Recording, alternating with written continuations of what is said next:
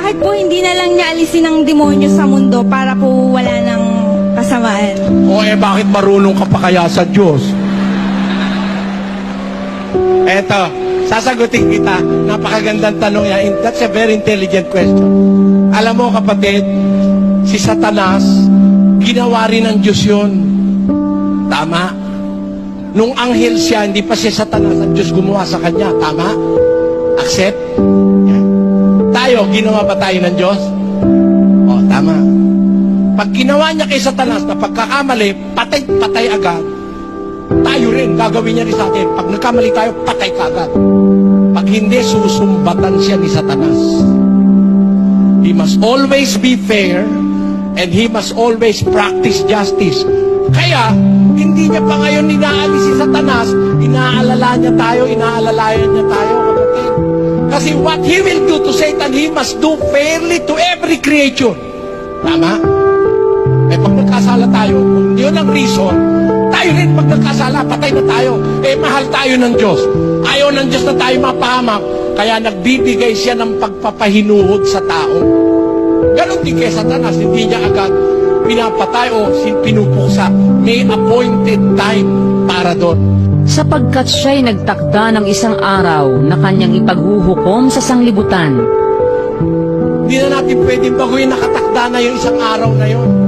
Pati si Satanas, huhukuman doon. Pati tayo. Ngayon, habang tumatagal yon, ibig ba sabihin nagpapabayaan Diyos? Hindi.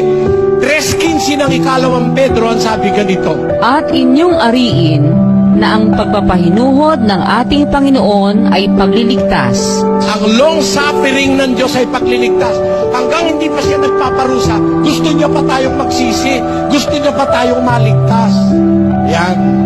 Kaya huwag tayong umabuso. Ang ginagawa ng ibang tao, kung hindi agad nagpaparusa ang Diyos, umaabuso naman. Ecclesiastes 8:11. Basa. Sapagkat ang hato laban sa masamang gawa ay hindi isinasagawa agad. Kaya't ang puso ng mga anak ng mga tao ay lubos na nangalalagak sa paggawa ng kasamaan. Yung iba, kung hindi agad nagpaparusa ang Diyos, ang layo ng Diyos, kaya siya nagpapahinuhod para maligtas ka, magsisi ka, makita mo yung pagkakamali mo. Eh yung iba naman, inaabuso, lalo namang nagpapakasama-sama, kaya mapapahamak yung iba. Ganun din si Satanas. No? Huwag nating kainipan yung justice ng Diyos. After all, ngayon lang naman, 100 taon buhay mo, maiksi lang yun eh. Eternity ang katumbas eh, sa hinaharap eh. Magkakaroon din ng hustisya, kapatid.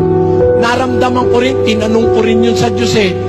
Yung tanong mo, ito walang yan sa tanas na ito, maraming niluloko ito, maraming ginagaboy ito. Ba't ba ito hindi pa? May lalabas naman, marunong ka pa sa akin, sabi ng Diyos. Di ba? Bayaan mo lang siya.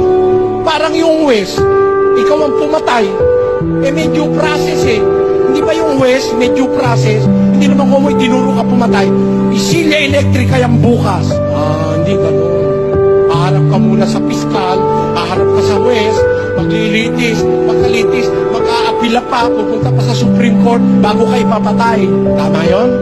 Ayun ang due process. Ang Diyos din may due process.